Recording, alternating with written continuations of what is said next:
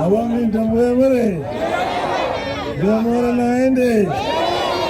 Asanteni. Vile Bosiri amesema, leo mimi nimeamua kuja kuwatembelea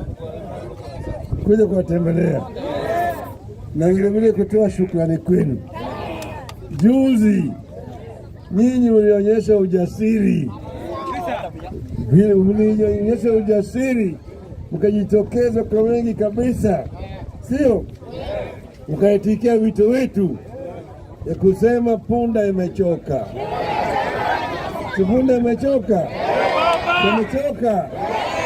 Ndio tulimwambia Bwana Ruto punda imechoka.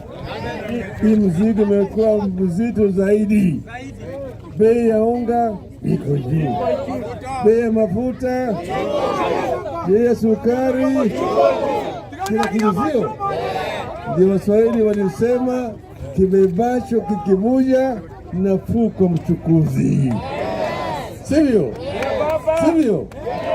Ndio sababu mimi nimewaambia, sio Raila ndiye anasema, hapana, wananchi ndio wanasema. Wananchi wanasema, mimi sauti yangu ni sauti ya wananchi, sio? Tunataka Kenya ya Wakenya wote, hapana Kenya ambayo kuna ubaguzi. Tunasema Kenya wako na shares, kuna eneo zingine wako na share mingi zaidi, wengine hawana shares. Kuna ubaguzi. Wakiajiri mapolisi kuna ubaguzi, wanajeshi kuna ubaguzi, walimu kuna ubaguzi, hata wale wafanyikazi wa serikali kuna ubaguzi. Lakini Wakenya wote wanatoa ushuru. Hapa nyinyi mnatoa ushuru kila siku, ama sivyo? Kila siku hapa mnatoa ushuru. Ukinunua chumvi pale umetoa ushuru, kununua sukari mtoa ushuru, kunywa Coca-Cola ushuru kubwa zaidi, ukinunua mkate ushuru, ukivuta sigara hiyo mama yako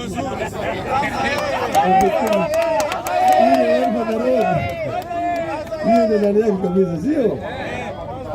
Hiyo ushuru wanatoa hapa, vile wanatoa kule Kericho, wanatoa kule Eldoret, na wanatoa hapa Kisii, sio? Kwa hivyo Wakisii mpaka wapewe nafasi sawa na wale wengine.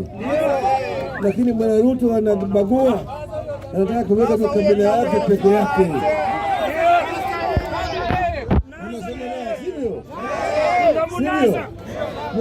Sivyo?